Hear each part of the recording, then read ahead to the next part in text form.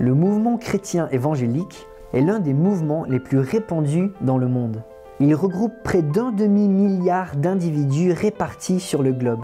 C'est un mouvement unique parce que la foi partagée par les évangéliques n'est ni liée à une culture particulière, ni liée à beaucoup de traditions.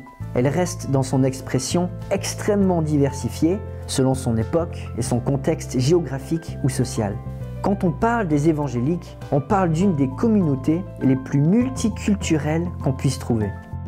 Bonjour, je m'appelle Philippe Viguet et je suis pasteur ici à l'église protestante évangélique de Villeurbanne-QC, à côté de Lyon. Aujourd'hui, j'aimerais vous servir de guide pour répondre à cette question que beaucoup se posent.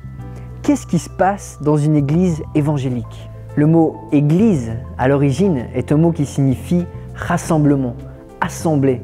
Ce n'est pas juste un bâtiment, c'est une communauté, une famille, des individus qui sont unis par leurs valeurs et leurs convictions. Dans notre cas, suivre l'exemple et l'enseignement de Jésus-Christ qui a changé nos vies. Nous sommes attachés à sa parole, à son enseignement. C'est pour cela que nous prenons au sérieux l'étude de la Bible et sa mise en pratique dans nos vies. Un temps important de nos rassemblements, le dimanche matin, est consacré à la prédication qui explique le message de la Bible et son application dans nos vies au quotidien, autant pour les adultes que pour les enfants. Le but de Jésus, c'était avant tout de faire connaître Dieu. C'est pourquoi, quand on se réunit, c'est un temps de joie et de célébration envers le Dieu qui s'est fait connaître dans la Bible et dans nos vies. On le célèbre pour qui il est, un Dieu tout-puissant qui est généreux dans sa bonté et dans son amour et pour ce qu'il a fait. Il a envoyé Jésus pour porter la conséquence de nos fautes sur cette croix. Jésus est ressuscité, déclarant sa victoire sur la mort, réconciliant pour l'éternité des hommes et des femmes imparfaits avec un Dieu parfait.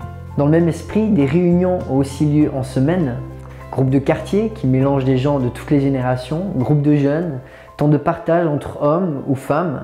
Ces groupes permettent de prier les uns pour les autres, de développer des relations plus profondes dans la communauté et de mettre en pratique l'enseignement central de Jésus, l'amour et le service pour son prochain.